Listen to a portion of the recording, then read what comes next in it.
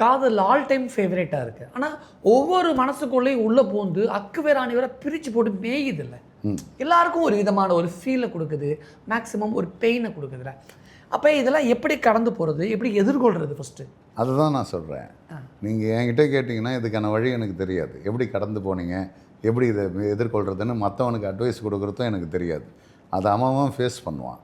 Face பண்ணுறது தான் ஒரே வழி. ஃபேஸ் பண்ண முடியாமல் தானே இங்கே நிறையா அதுதான் தவிச்சுக்கிட்டு இருக்கோம். நீங்கள் ஃபேஸ் பண்ணுறதுலேயே ஃபஸ்ட்டு ஃபேஸ் பண்ண வேண்டியது, நீ எந்த இடத்துல இருக்கிறியோ அதை வெறுத்துரு. ஓகே, இதுக்கு உனக்கான உரமாக நினை, இது உன்னோட பலமாக நினை, எல்லாமே நல்லதுக்குன்னு நினை. நான் அப்படி தான் நினச்சேன். பிகாஸ் இதை விட ஒரு பெரிய பிரச்சனையாக வந்து நின்னா, இதை விட பெருசாக வந்து எனக்கு நான் ஃபாலோ ஆகியிருந்தா, இதை விட நான் கேவலப்பட்டு போயிருந்தா, எல்லா இடத்துலையும் இதை தான் நினைப்பேன். அப்போ எனக்கு சின்னதாக போச்சு, சின்னதாக நடந்துச்சு. என்ன 2 வருஷம் மெமரியா, இல்லை ஒரு 5 வருஷம் மெமரியா, இல்லை ஒரு 8 வருஷம் மெமரியா, அவ்வளோதானே. நல்ல வேலை தப்பிச்சிட்டேன். ஓகே, நல்ல வேலை, இதெல்லாம் இதோட போயிடுச்சு. இன்னும் எனக்கு நாளைக்கு